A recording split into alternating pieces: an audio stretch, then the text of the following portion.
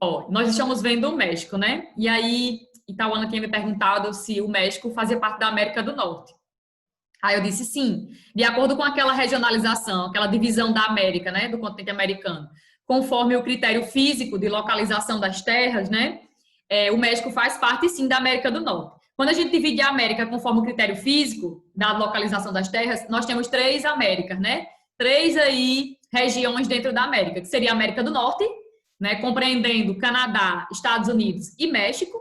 Aí, América Central, né, que compreende esse 2% da América, que é essa menor parte aqui, né, onde a gente tem uma porção de terra menor, né, que interliga a América do Norte à América do Sul, que no caso é a América Central, que pega tanto essa parte continental aqui que segue o continente, né, que como eu falei, interliga a América do Norte e a América do Sul, quanto a gente também vai ter a América Central insular, né, que compreende esses países aqui que são rodeados de água por todos os lados ou que fazem fronteira com um único país e são rodeados de água pelos outros lados, que, né, compreende a América Central insular. Também compreende essa porção aqui de terra onde fica o Mar do Caribe, né, que a gente vai ver que uma das atividades mais dinâmicas dessa região é o turismo, por causa das belas praias, né, a paisagem que é muito, muito bonita em alguns países desses aqui.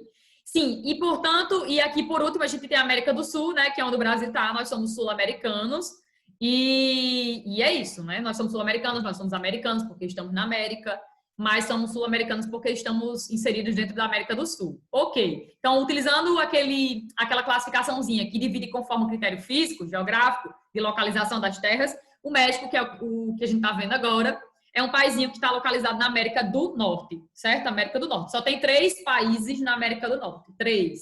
Que no caso são o Canadá, os Estados Unidos e o México, certo? E o México é o que a gente está estudando agora. Só que quando a gente analisa o México dentro daquela outra classificação, aquela que divide a América conforme critério histórico, social, cultural, econômico, aí a gente coloca o México, né, inserido aqui dentro da América Latina. A gente regionaliza a América conforme esse critério histórico, social e econômico, cultural. A gente divide ela em 2 só, que é a América Anglo-Saxônica, lembra? Canadá e Estados Unidos, são os únicos países desenvolvidos do continente. E a partir do México, até o finalzinho, a gente tem a América Latina, que é aquele conjunto de países que tem aí como idioma oficial línguas derivadas do latim. Grande parte deles, não todos. Mas eles têm Ana, comum uma questão da economia. Oi? deixa eu dizer, essa parte insular da América Central, ela também, ela faz parte da Latina também, da América Latina? Faz sim, faz sim. Faz parte da América Latina também. Desde o México aqui, pegando toda a América Central também, toda a América Central, inclusive continental e insular. E América Latina, certo? Tudo isso aqui. Olha, os únicos países que não fazem parte da América Latina, né, e que faz parte aí da América Anglo-Saxônica são o Canadá e os Estados Unidos, somente, certo? O resto da América todinha faz parte aí da América Latina. Que eles têm aí um histórico de colonização, de exploração, todos são economias em desenvolvimento. É claro que tem uns que são mais desenvolvidos do que outros, mas todos são economias em desenvolvimento. Predomina a religião católica dentro da América Latina. Enfim, eles têm um histórico ali, esses países têm um histórico de características em comum, ok? Da mesma forma que existe na América Anglo-Saxônica, características em comum entre Canadá e Estados Unidos. Belezinha? Mas aí, vamos lá. Vamos botar aqui, vamos terminar aquele tema 1, né, que fala sobre o México, e vamos começar o tema 2 para aprofundar ainda mais conhecimento sobre o México. O México é um paísinho dentro da América Latina, mas se a gente considerar aquela questão do aspecto físico, né, localização das terras, faz parte daquela parte lá da América do Norte. Ok. A capital do México é uma cidadezinha chamada Ciudad de México, ou Cidade do México, né? O México é um paísinho que é uma economia em desenvolvimento. Dentro das economias em desenvolvimento, nós sabemos que tem 2 grupos de países. Aquelas economias em desenvolvimento que são menos desenvolvidas, tipo subdesenvolvidas, né? E tem aquelas economias que são em desenvolvimento, mas que são consideradas emergentes. E o México é um país emergente, assim como o Brasil, assim como a Argentina, assim como o Chile, né? São todas economias em desenvolvimento, porém, né, emergentes. Ok, e aí a gente já tinha começado, tema 1, falamos um pouquinho disso aqui, da questão física do México. Grande parte das pessoas no México habitam a parte central do México, que compreende o Planalto do México. Na parte leste, né, e na parte oeste, do México, a gente tem duas grandes porções montanhosas que não permite a fixação, não é tão viável para a fixação das pessoas, falamos disso. E paramos nessa parte de processos migratórios, não sei se vocês lembram. Eu falei disso aqui já também, né? Eu estava nessa outra partezinha aqui, eu ia começar isso aqui, ó, o corredor da imigração. Aí eu terminei disso aqui, falando de reversão da imigração. Na outra aula eu falei que entre as décadas de 80 e 90, né, vinha crescendo muito a quantidade de mexicanos que estavam migrando para os Estados Unidos. E daí os Estados Unidos começou a criar uma série de estratégias para meio que barrar essa imigração aí excessiva de mexicanos. E não só de mexicanos, porque o México, se a gente parar para pensar, é uma porta de entrada, né, para os Estados Unidos. Então, países como, por exemplo, o livro destaca 3 países aí da América Central, né, que sai muita gente rumo aos Estados Unidos, mas passa pelo México para chegar até os Estados Unidos, que são esses paizinhos aqui, ó, peraí. Honduras, ó, bem pertinho do México. Honduras, América Central, ó, continental. El Salvador e Guatemala. Esses 3 países aqui, ó, o livro destaca que no ano de 2011 entraram nos Estados Unidos cerca de 46 mil imigrantes ilegais, que não tinha visto, certo? Ilegais, 46 mil. E grande parte dessas pessoas provinham desses 3 países aí. Honduras, El Salvador e Guatemala. Passava pelo México, aqui nessa região de fronteira com os Estados Unidos, né, e chegava até os Estados Unidos. E é por isso que eu digo que o México, existe muita pressão em relação a essa fronteirazinha aqui entre Estados Unidos e México. Por quê? Porque não só mexicanos passam para os Estados Unidos pela fronteira aí com o México. Muitas pessoas, uma galera aqui da América Central e até da América do Sul, né, passa pelo México rumo aos Estados Unidos. Então é por isso que os Estados Unidos mantêm aí estratégias muito fortes nessa região, certo? E uma delas é aumentar ainda mais, ampliar ainda mais esse muro que existe entre os 2 países, entre o México e os Estados Unidos. Então, a gente falou de algumas estratégias, né? Como, por exemplo, algumas empresas dos Estados Unidos, elas são incentivadas a contratar menos imigrantes, enfim, justamente para meio que essas pessoas pararem de ingressar tanto nos Estados Unidos. Falamos dessas estratégias, falamos também que a partir de 2010 começou a haver um processo de reversão da imigração. Como assim, reversão da imigração? O fluxo de pessoas saindo do México rumo aos Estados Unidos começou a diminuir bastante no ano de 2010, e a gente vai ver que teve algumas causas, né, principais. Primeiro que os Estados Unidos estavam vivenciando uma crise econômica que começou lá em 2008, uma crise que começou por causa do sistema do setor imobiliário do país, né? Eles começaram a emprestar muito dinheiro de risco, né? Fazer empréstimos de risco, e aí alguns bancos faliram, algumas empresas faliram que emprestava muito dinheiro a juros e tal. E aí os Estados Unidos entrou em crise em 2008, sendo que em 2010, né, o país ainda estava vivenciando a crise. E o mundo também, porque quando os Estados Unidos entram em crise, o mundo também entra em crise. Né? É um efeito dominó. Há um efeito dominó porque é a maior economia do mundo. E daí, um dos fatores que meio que diminuiu o ingresso de mexicanos dentro dos Estados Unidos foi justamente a crise vivenciada pelos Estados Unidos, né? Que meio que começou a barrar a entrada dessas pessoas. Outra coisa foi o aumento da segurança na fronteira entre os territórios, né? Os Estados Unidos começaram a arrochar ainda mais a segurança ali na fronteira com o México. Outra, as leis como obstáculos para a contratação de imigrantes, que eu falei delas, né? Existem leis nos Estados Unidos que meio que barram a contratação desses imigrantes, principalmente os imigrantes ilegais, né? Que chegam lá sem um visto, sem nada comprovando, eu tô aqui porque eu vim fazer isso, aquilo, mas eu vou voltar e tal. Né, são os imigrantes ilegais. Então, existem leis nos Estados Unidos que barram essa contratação dessas pessoas.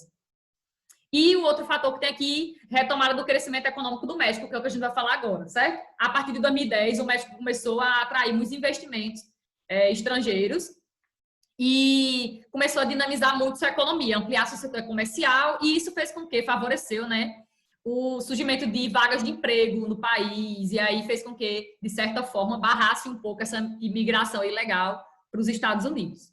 Ok, e aí a gente vai para a parte que realmente eu ia continuar, que eu ia começar, que é essa parte aqui, do corredor da imigração.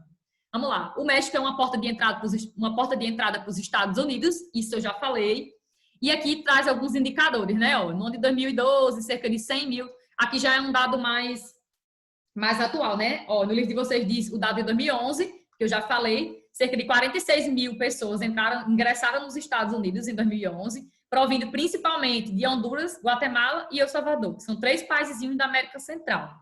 Daí, no ano de 2012, esse número meu aumentou, né? Duplicou, e mais que duplicou. Ó, em 2012, cerca de 100 mil pessoas foram barradas na fronteira entre os dois países. Então, aumentou ainda mais a quantidade de pessoas tentando passar para os Estados Unidos. Embora a gente estava falando até agora há pouco, né, que em 2010 esse número começou a diminuir, mas não foi uma coisa assim tão rápida, né? Enfim, vem diminuindo ao longo do tempo. É isso que eu queria destacar daquela parte lá. Chegada de imigrantes. Vamos lá, vamos para essa parte aqui. Deixa eu ver se falta outra coisa. Não, falta não. O que é que vem acontecendo no México hoje? Hoje, o México vem recebendo imigrantes, para vocês verem, vem recebendo imigrantes. Até pouco tempo atrás, né? 2012, 2013, 2014, o México mandava muitos imigrantes, né? Muitas pessoas saíam do México rumo aos Estados Unidos. Hoje em dia, o que é que vem acontecendo? O México vem recebendo imigrantes. E isso é em decorrência de quê, professora? De uma crise econômica que começou nos Estados Unidos e atingiu a Europa. E essa crise, de certa forma, fez com que as pessoas passassem, na verdade, de imigrar tanto para os Estados Unidos, eu já falei agora há pouco, e começaram a ser atraídas pelo México, por quê? Primeiro com essa crise que estava acontecendo lá, na Europa e nos Estados Unidos, e o México começou a dinamizar muito sua economia, começou a crescer seu setor econômico. Oi? Alguém quer falar? Não? Sim, vamos lá. Eu escutei alguém falando também. Também escutei, mas se falar. Se quiser falar, pode falar, viu? Fique à vontade. Então, o México vem atraindo muitos imigrantes nos últimos anos, devido à crise na Europa e nos Estados Unidos, e o recente crescimento econômico mexicano. Aí já a gente vai falar sobre a diversidade da economia do México, né? O México é um país que, tanto tem um parque industrial amplo, quanto também pratica atividades agropecuárias e atividades extrativistas. Então, é um país que tem uma economia bem dinâmica e vem crescendo muito seu setor econômico. E isso, de certa forma, favorece aí um olhar, uma atenção para pessoas ingressarem no México rumo a uma melhor condição de vida. Sobretudo aquelas pessoazinhas ali que habitam a América Central. Aquelas pessoas. A forte desigualdade social e econômica, assim, embora o México venha recebendo muitos imigrantes ultimamente, não sei se no livro de vocês destaca quantidade não, mas eles vêm recebendo muitos imigrantes, não quer dizer que o México ele não seja um país que enfrenta problemas. É um país que enfrenta, sim, problemas, assim como o Brasil, assim como outros países que são economias em desenvolvimento.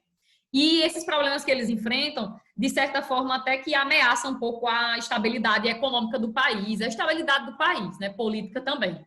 Eles enfrentam desigualdades, alguns problemas como desigualdade social e econômica, baixos níveis educacionais e um alto índice de criminalidade. E isso, de certa forma, acaba meio que manchando um pouco a reputação do país e a estabilidade política no país.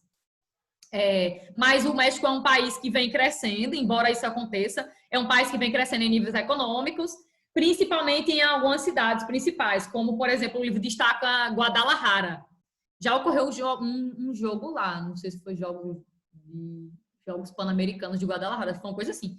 É uma cidade bem importante no México, Guadalajara. Guadalajara é considerado, deixa eu ver se eu consigo colocar aqui, é considerado o Vale do Silício mexicano. Lembra do Vale do Silício nos Estados Unidos? Que é uma região bem rica no setor de eletrônica, informática, robótica, pronto. Esse Vale do Silício no México essa cidadezinha aqui, chamada Guadalajara. Guadalajara, México. Mapa. Deixa eu ver se eu encontro. Ela fica na pontinha, ó, na pontinha oeste do México. Aqui a bichinha. Dá pra ver aqui, ó. Deixa eu ver o mapa mais bonito. Aqui, ó. Fica na parte oeste, tá vendo? Guadalajara. E deixa eu ver. Fica perto da capital, de certa forma. Guadalajara é considerado o Vale do Silício mexicano, certo? É uma cidade que cresce muito nessa questão de tecnologia de ponta no México. Então, vamos lá. Sim, e outra coisa. O livro destaca que o México vem recebendo diversos tipos de imigrantes. Tanto aquele imigrante que detém um grande conhecimento, tipo assim, imigrantes bem qualificados, né, que conseguem trabalhar ali em setores bem importantes na economia, quanto também, embora que todo setor da economia é importante, né, Ana Beatriz? Mas, enfim, vocês devem ter entendido.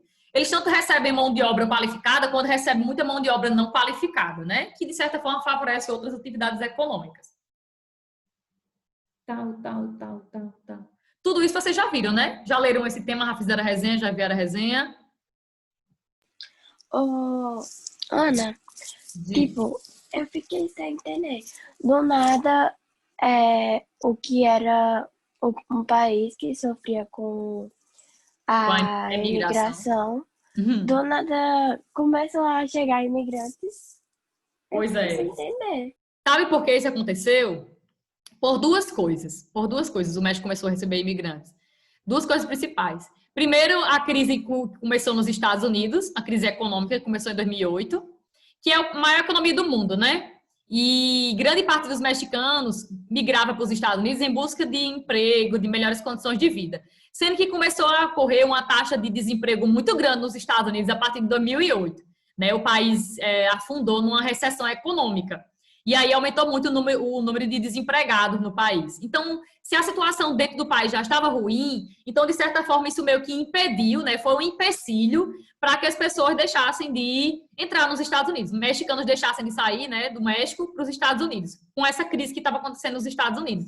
E a Europa também estava em crise. Então, dois locais aí muito dinâmicos econômicos no mundo todo que estavam em crise. Então, meio que já chama atenção para outros locais, né? As pessoas que migram, elas buscam locais que estão crescendo em níveis econômicos e não locais que estão em crise econômica, né? Repare, o imigrante é aquela pessoa que ele só sai do seu país de origem se ele vê alguma vantagem naquele país ali onde ele está querendo ir, né? E ele está buscando novas, melhores condições de vida. Então, imagine que a partir de 2008 e até mais ou menos 2010, 2012, né? Teve uns anos aí, 4, 5 anos, em que os Estados Unidos demorou um pouquinho para se reerguer e a Europa também, porque, como eu falei, né? Quando uma crise econômica começa nos Estados Unidos, ela atinge o mundo todo. Inclusive o Brasil sentiu, viu? Isso aí também. 2009, 2010 foram momentos difíceis no Brasil, porque a gente sentiu também reflexo dessa crise econômica dos Estados Unidos. O mundo todo sentiu. E daí, ó, esses locais que estavam aí, essas crises, né? Essa crise, na verdade, que estava acontecendo no mundo, meio que barrou, né, a saída de mexicanos para os Estados Unidos. É um empecilho, né? Se torna um empecilho. E uma coisa que começou a acontecer, embora o mundo tivesse em crise, o México, a partir de 2010, começa a desenvolver muito o seu setor econômico, né? Começa a atrair muitos investimentos estrangeiros para o país e começa a gerar emprego e tudo mais. A partir de 2010 isso começa a acontecer, né? O livro destaca isso aí. E aí, de certa forma, quando o país ele começa a crescer em níveis econômicos, faz com que as pessoas elas meio que se fixem nesse país, fixem, né? Não saiam. Então, duas coisas fizeram com que o México começasse a receber imigrantes. O fato de que ele começou a crescer muito em níveis econômicos a partir de 2010, enquanto os Estados Unidos, Europa, que são locais que recebem muitos imigrantes, né, estavam em crise econômica.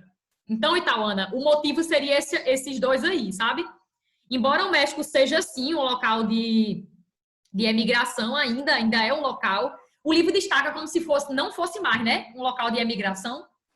Assim, deixou de ser... Por isso que eu fiquei meio confusa. Não é. Pronta, pois não é. Não deixou. O México não deixou de ser um local de emigração, tipo de saída de pessoas rumo aos Estados Unidos. Não deixou. Mas quer dizer o quê? Que a partir de 2010, essa dinâmica, essa grande quantidade de pessoas que saíam do México rumo aos Estados Unidos começou a diminuir.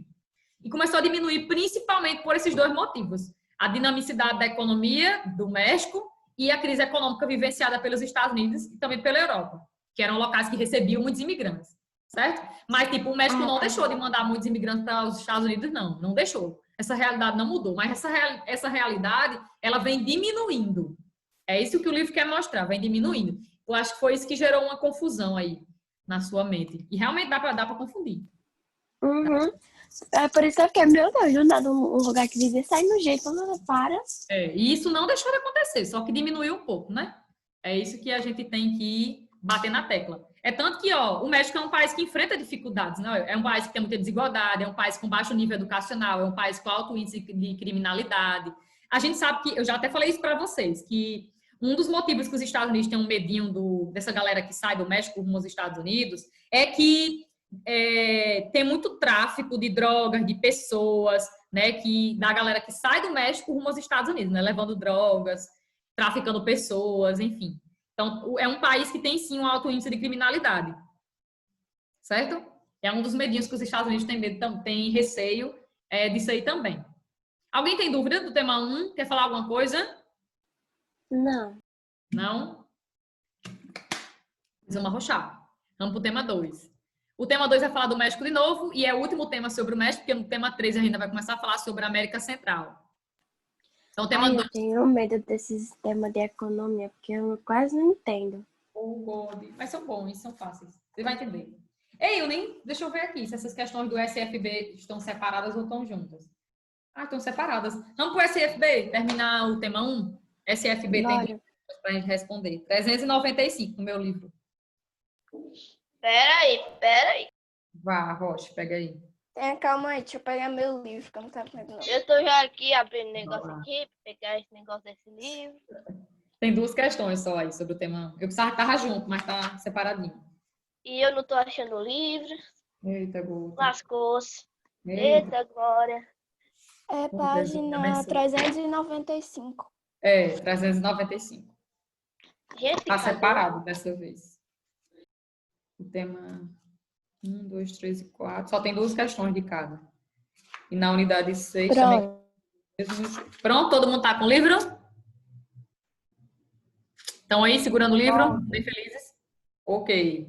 Pois bora. Tema 1. Questão número 1. O México é um país com contrastes sociais e econômicos marcantes, o que, durante anos, estimulou a intensa emigração, ou seja, saída de mexicanos para os Estados Unidos. Circule a palavra emigração e coloca aí, saída. Circula essa palavra emigração e coloque saída. Sempre que você emigra, você está saindo de um local e indo para outro. E aí, quando você chega nos Estados Unidos, você é um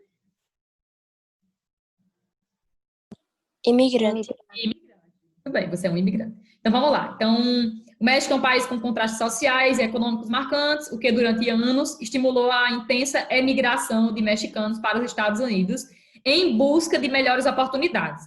Acerca das características gerais da população mexicana, podemos concluir que, letra A, é formada predominantemente pela miscigenação, pela mistura entre ameríndios, seriam quem? Quem são os ameríndios?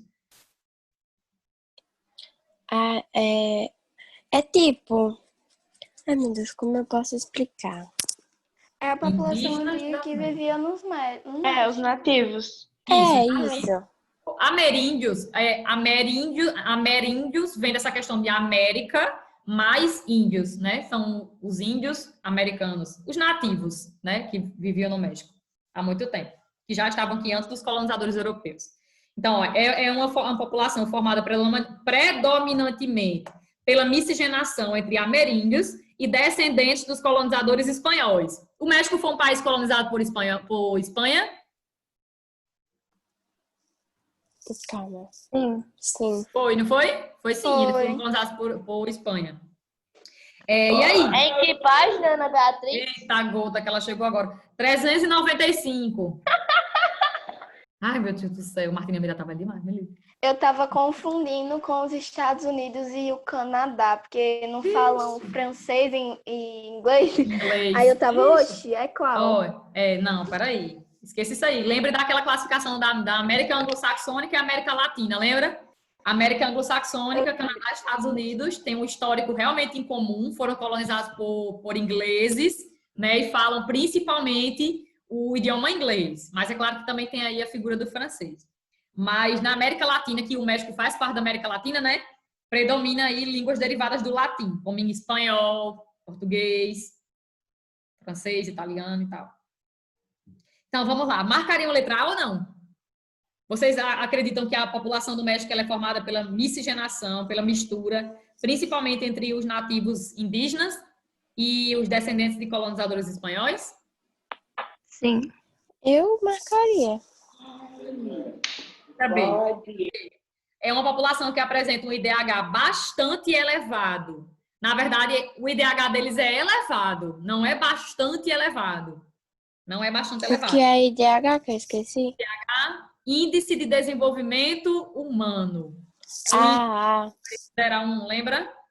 Que a ONU faz todos os anos, avalia a condição de vida nos países, todos os anos, através do IDH. No livro de vocês tem dizendo que o IDH do México é um IDH elevado, mas aqui nessa questão diz que o IDH é bastante elevado. E em 2013 conseguiu ficar à frente dos Estados Unidos.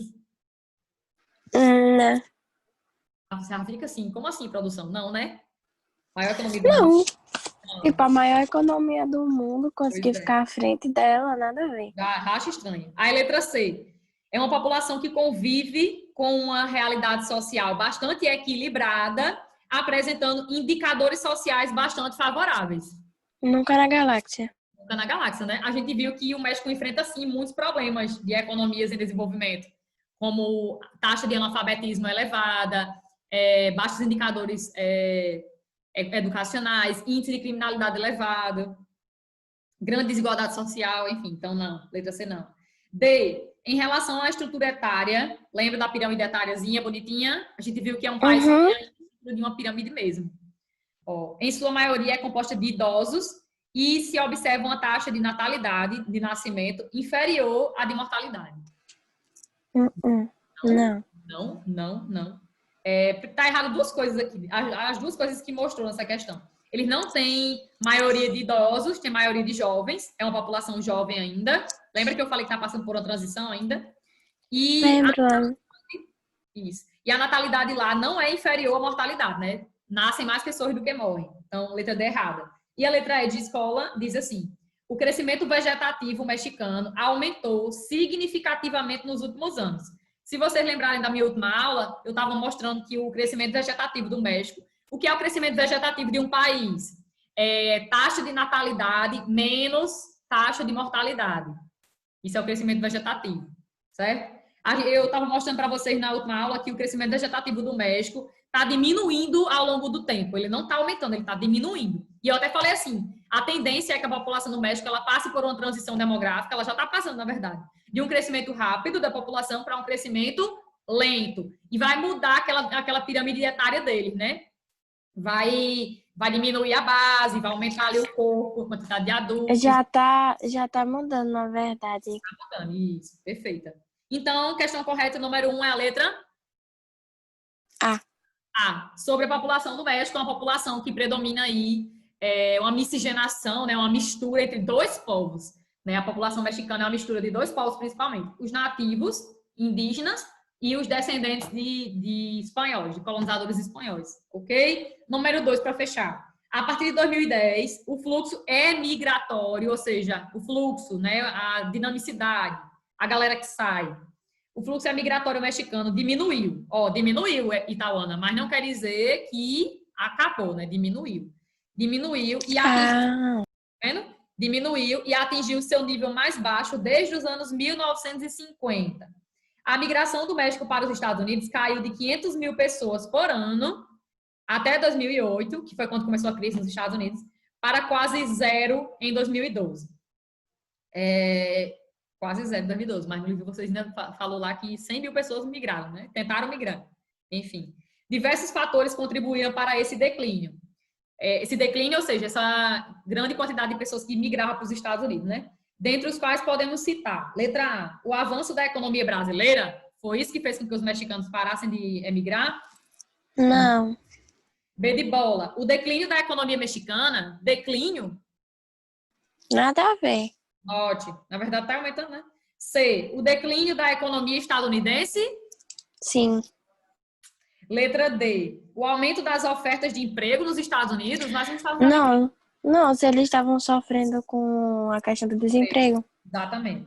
E a letra E, a diminuição da rigidez na fiscalização das fronteiras estadunidenses. Jamais, né? Eles não, se tivesse essa diminuição, eles estariam migrando. Exatamente. E aí, questão correta é a letra C. Letra C de casa. Exatamente, de Cristo. O declínio da economia estadunidense em decorrência de uma crise que começou nos Estados Unidos em 2008, né? E aí, de certa forma, ocasionou muito desemprego no país. E os mexicanos, peraí, vamos para ali agora não, porque eles estão em crise, né? Tem desemprego, a gente está querendo emprego, eles estão com um número muito alto de desemprego. Vamos não.